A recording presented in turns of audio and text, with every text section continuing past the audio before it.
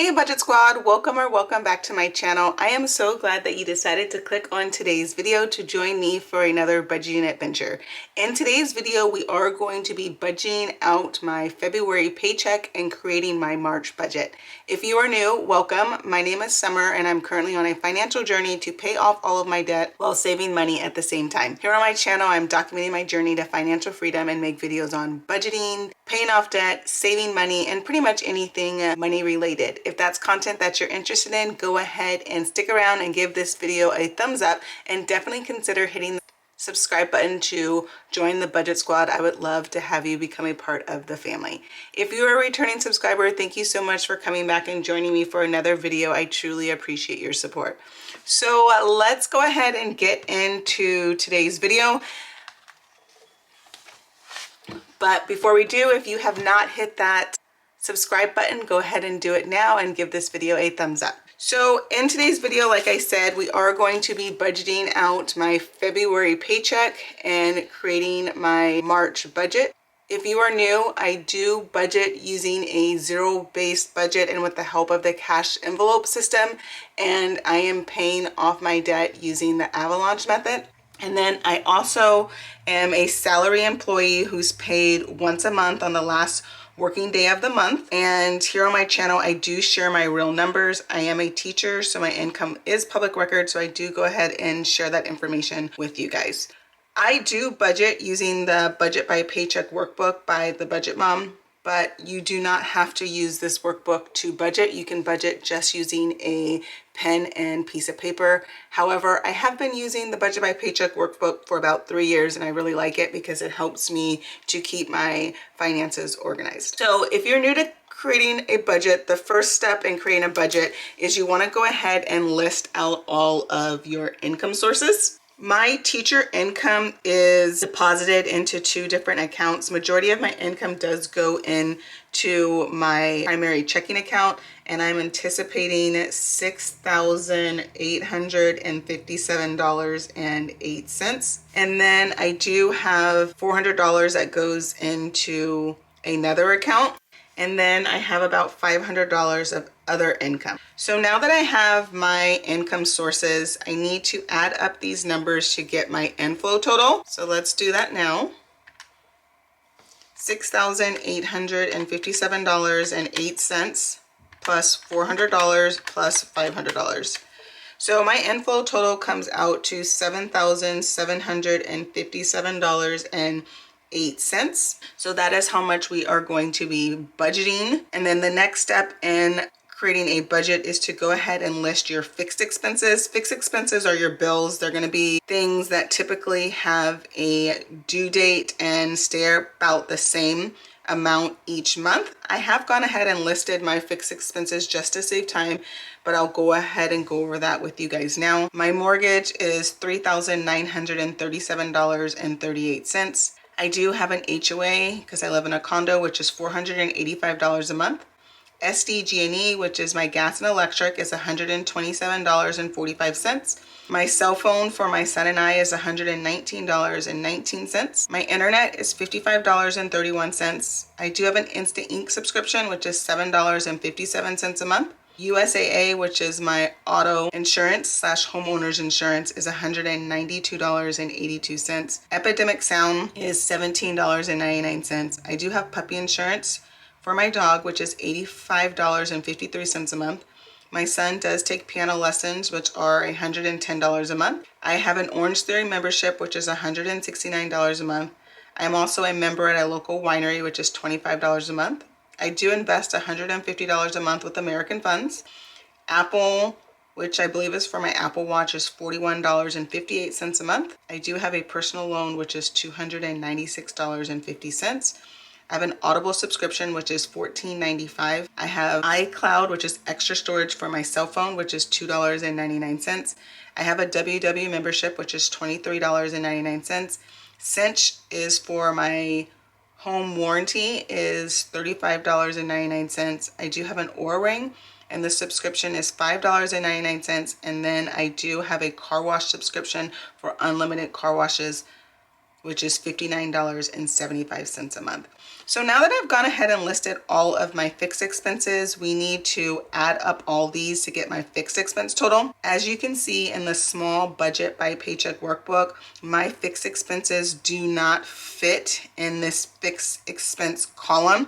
So I did have to go over to the saving goals column and add the remaining of my fixed expenses. One of you guys left a comment saying it was a little bit confusing, so I did go ahead and create these lines and label it. So we'll add our totals here.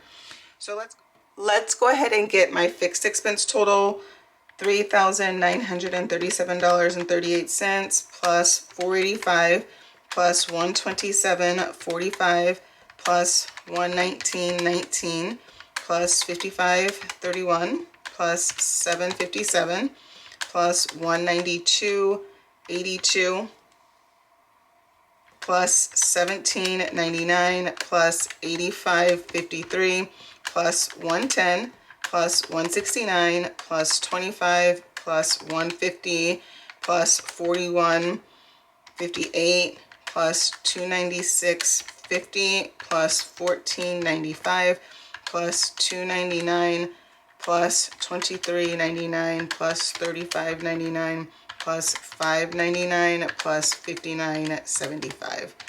So it says my fixed expense total comes out to $5,963.98. I am using this dual calculator, so I'm going to go ahead and push this button to push this number to the second screen, and then I'm going to go ahead and re-add these up just to check my total. And as you can see, my two screens do match, so that is my fixed expense total. So my bills come out to $5,963.98. And we are going to go ahead and write that amount on the fixed expense total line. So $5,963.98. So if we take my inflow total of $7,757.08 and subtract my bill total of $5,963.98, that means we are left over with $1,793.10.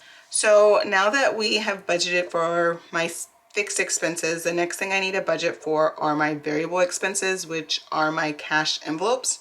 Variable expenses are expenses that tend to change month to month based on what you have going on and your financial goals. So food, I'm going to budget $500. For transportation, I'm going to budget $250. For fun, I'm going to budget $125. For self-care, I'm going to budget $300. For household, I'm going to budget $75. And then for miscellaneous, I am going to budget $75 as well. So now that we have my variable expenses, let's go ahead and add up my variable expenses to get my variable expense total. So 500 plus 250 plus 125 plus 300 plus 75 plus 75.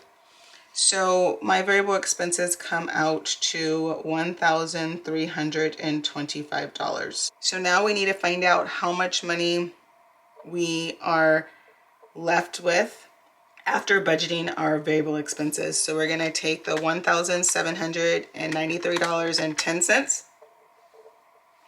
and subtract my variable expense total, $1,325. So that means I am left with $468.10. The next thing we need to budget for is savings goals. I do have my summer saver,